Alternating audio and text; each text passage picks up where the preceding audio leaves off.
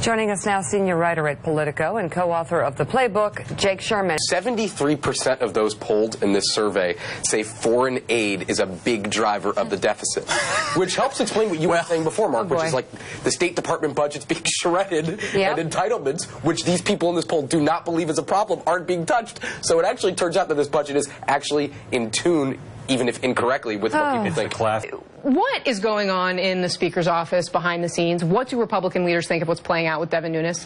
I think we need to keep in mind, and we were talking about this beforehand, Paul Ryan and Devin Nunes have long been allies in the Ways and Means Committee. I mean, these are guys who are incredibly close. So Paul Ryan, some would say, and I could feel the anger from the Speaker's office coming my way already, that Ryan has a blind spot for him. And Ryan is also dealing with the health care bill that just went down, a White House that says they're going to do tax. A lot on his plate. He has a lot on his plate. The White House says he's going to do tax reform by August, which is just patently ridiculous.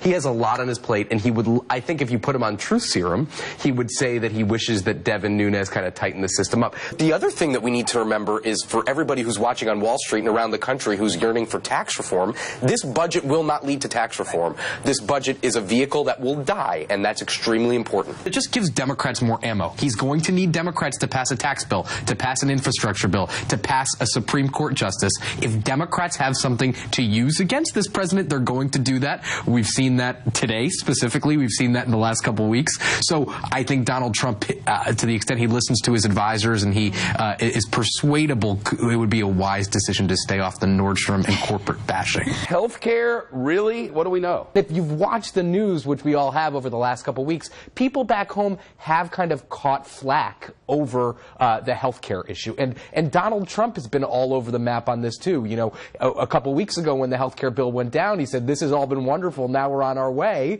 And now he's saying he wants back in the game. So there's been mixed messages all over the place. Probably not, but he wants affection, right? And I think you're seeing some Democrats who are saying, like, we're not going to shake this guy's hand and hug him like we did President Obama or George Bush. We talk about this optimistic tone, but that doesn't erase the fact that he has spent the first 40 days of his administration signing executive orders that Democrats don't like and Republicans don't like. And Republicans that I've talked to in the last 12 to 24 hours say $54 billion in military spending, $30 billion that we need to pass this year.